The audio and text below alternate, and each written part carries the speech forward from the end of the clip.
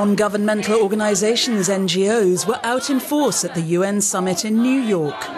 While the world's leaders discussed the Millennium Development Goals, activists cheered them on from their soapboxes and flagstones. We're here to share our outrage at the fact that hunger has actually increased in the past 10 years since world leaders committed to having poverty and hunger. Right now, hunger costs poor countries a staggering $450 billion per year. That's due to loss of productivity, the fact that kids can't go to school because they're hungry, poor health. So we're actually saying now, if we invest in the money to tackle hunger that we've said that governments will do, if we invest in it now, it's 10 times cheaper than actually tackling it later.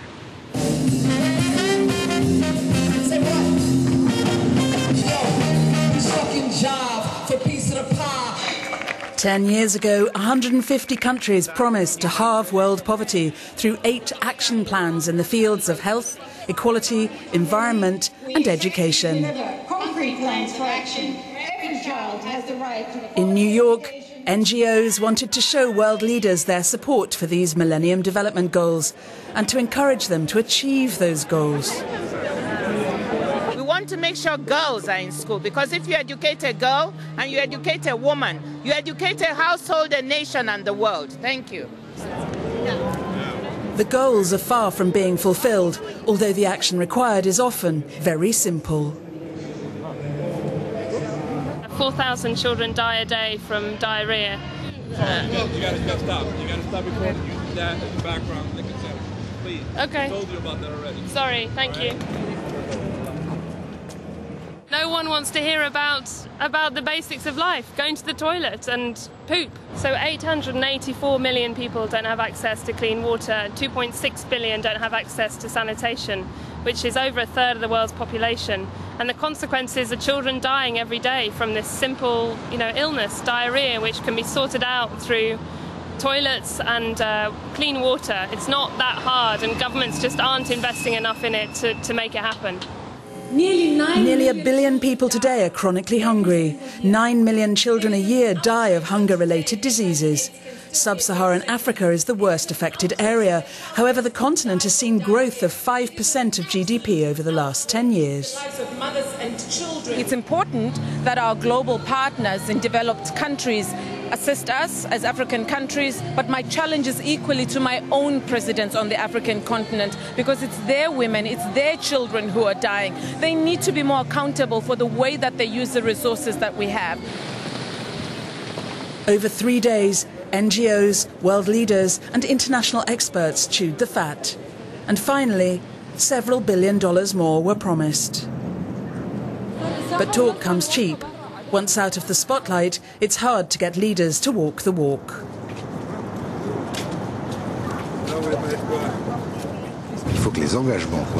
The commitments made by rich countries must be kept. It's absolutely scandalous that we're in a situation in which promises were made and politicians got all the glory for them, and yet finally the money never appeared. The MDG Review Summit. As a sideline, there was also a mini-summit to discuss the world's most fragile states, which are still suffering the effects of violent conflict. This resulted in a plea for reform of aid development policies.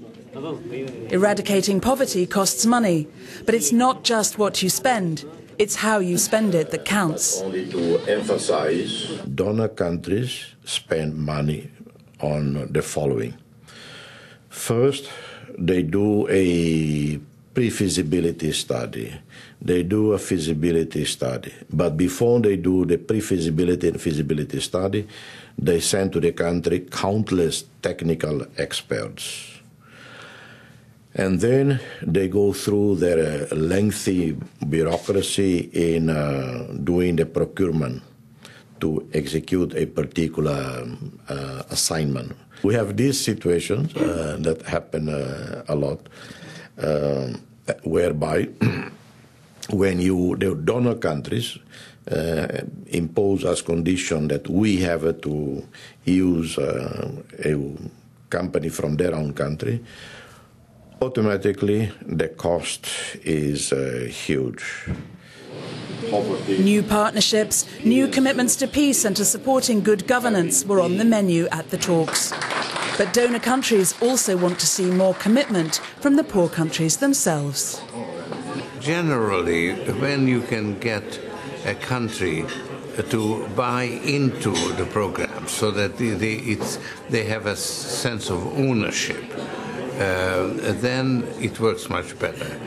The trouble is that many of these countries you can't trust. If you have ODA aid department, they have to account for the money. And if they just give it to the government, then it's liable to disappear.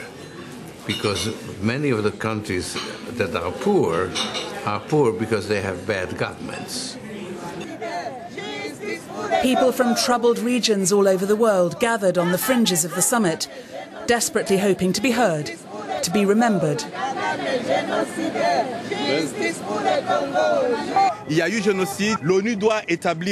There was genocide. The UN must accept that. We want an international tribunal to judge this criminal.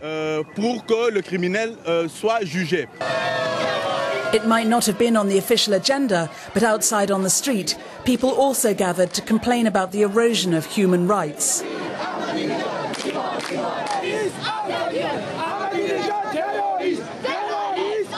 Him being at the UN gives a bloodthirsty person, a person whose hands are dirty with blood, legitimacy as a president.